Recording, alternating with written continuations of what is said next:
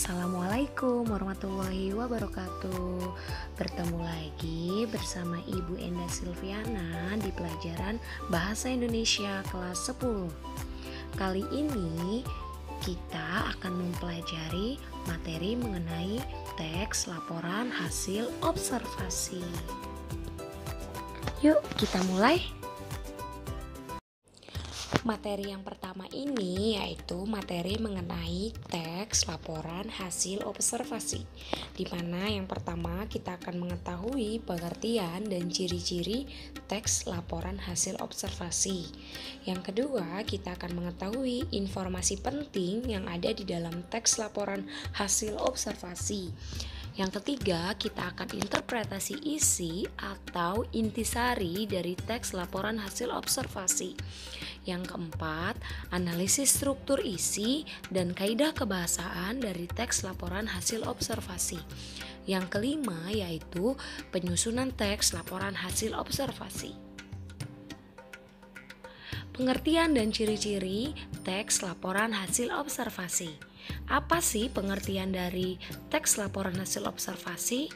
Teks laporan hasil observasi atau biasa disebut dengan report berisi penjabaran umum mengenai sesuatu yang didasarkan pada hasil kegiatan observasi. Ciri-ciri dari teks laporan hasil observasi itu sebagai berikut, yaitu yang pertama, bersifat objektif, global, dan universal. Yang kedua, objek yang akan dibicarakan atau dibahas adalah objek tunggal. Yang ketiga, ditulis secara lengkap dan sempurna. Yang keempat, ditulis berdasarkan fakta sesuai dengan pengamatan yang telah dilakukan. Yang kelima, informasi teks merupakan hasil penelitian terkini yang sudah terbukti kebenarannya. Yang keenam, tidak mengandung prasangka, dugaan, atau pemihakan yang menyimpang atau tidak tepat. Yang ketujuh, saling berkaitan dengan hubungan berjenjang antara kelas dan subkelas yang terdapat di dalamnya. Selanjutnya, ada informasi penting dalam teks laporan hasil observasi. Informasi yang terdapat di dalam teks laporan hasil observasi merupakan fakta yang ditemui pada objek yang diamati.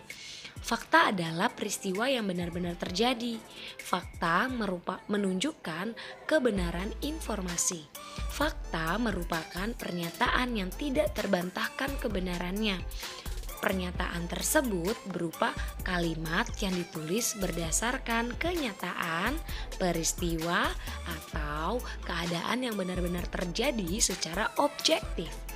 Objektif berarti dapat ditangkap oleh indera dan mengandung kepastian. Lanjut, interpretasi isi atau intisari teks laporan hasil observasi. Di dalamnya ada ringkasan teks laporan hasil observasi dan juga ada simpulan fungsi teks laporan hasil observasi.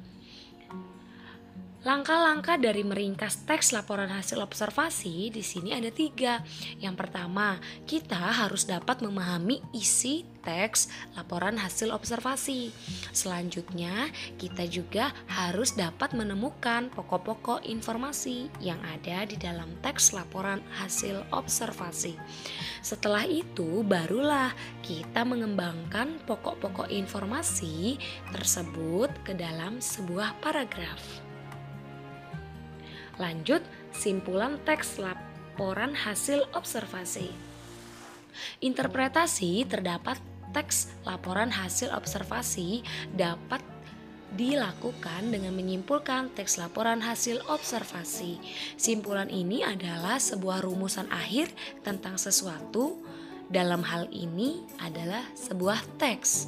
Simpulan disusun berdasarkan pemahaman atau penalaran kita terhadap keseluruhan isi dari teks laporan hasil observasi tersebut. Lanjut, analisis struktur isi dan kaidah kebahasaan dari teks laporan hasil observasi. Struktur dari teks laporan hasil observasi itu ada 4. Yang pertama, definisi umum, yaitu di mana pembukaan yang berisi pengertian mengenai sesuatu yang sedang dibahas di dalam teks. Kemudian ada definisi bagian. Definisi bagian merupakan bagian yang berisi ide pokok dari setiap paragraf atau penjelasan secara lebih terperinci.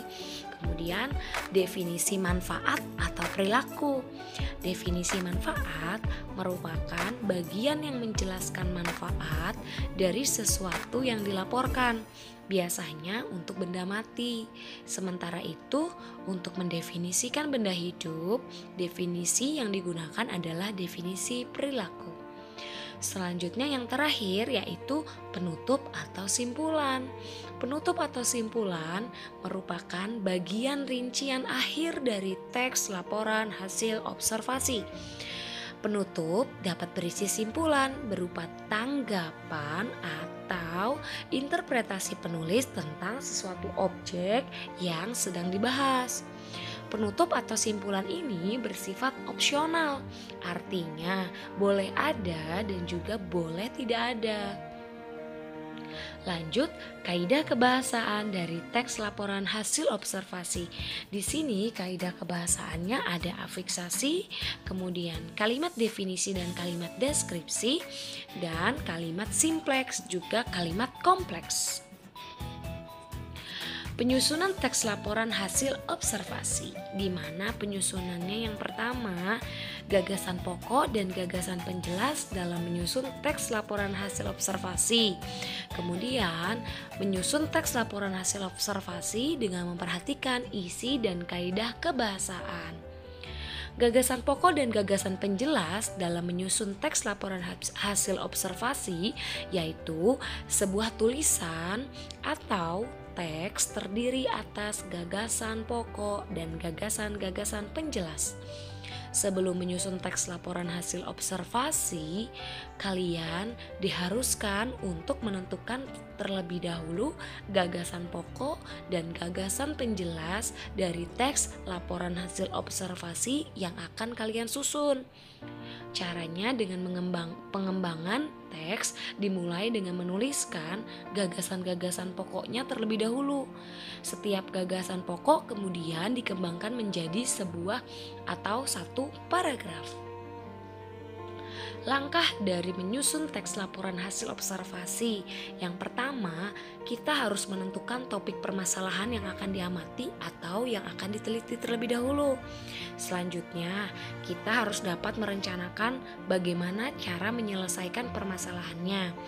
Yang ketiga, kita melakukan sebuah pengamatan sesuai dengan masalah yang akan kita tentukan tadi. Kemudian, kita meneliti ulang hasil dari pengamatan. Yang kelima, membuat kerangka laporan hasil observasi. Yang keenam, kita menyusun laporan hasil observasi. Dan yang terakhir, kita harus dapat membenahi laporan tersebut supaya laporannya menjadi sesuai runtut dan dapat dikatakan sebagai teks laporan hasil observasi yang baik. Sekian materi dari teks laporan hasil observasi. Kita bertemu lagi di pertemuan selanjutnya ya. Jangan lupa simak materinya, kemudian catat materinya, dan jangan lupa absen, subscribe, like, and comment. Wabillahi taufiq wal hidayah. Wassalamualaikum warahmatullahi wabarakatuh.